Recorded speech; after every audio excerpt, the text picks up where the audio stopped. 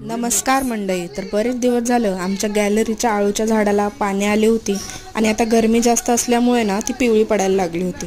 म्हणून विचार केला आज आळूवडी बनवूया. तर मी व्हिडिओमध्ये दाखवल्याप्रमाणे आळूची पाने साफ करून घेतली. त्याच्यानंतर एका भांड्यामध्ये मी 2 कप बेसन पीठ घेऊन त्यामध्ये हळद, अर्धा लिंबू पिळून पांढरे तीळ आणि त्याच्यामध्ये मिरची, कोथिंबीर, जिरा आणि मीठ घालून तयार केलेली पेस्ट घातली. त्याच्यानंतर थोडे थोडे पाणी घेऊन असं घट्टसर असं पीठ मळलं. नंतर ती तयार झालेली पेस्ट व्हिडिओमध्ये दाखवल्याप्रमाणे एक एक पानावर लावून त्याची वडी तयार करून घेतली. नंतर एका चाळणीला तेल लावून त्यामध्ये वडी 20 मिनिटं मंद गॅसवर शिजायला ठेवली.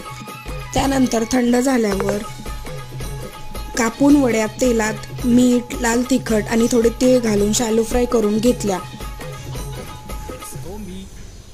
आणि अशा प्रकारे आपल्या आळू वड्या तयार झालेल्या आहेत.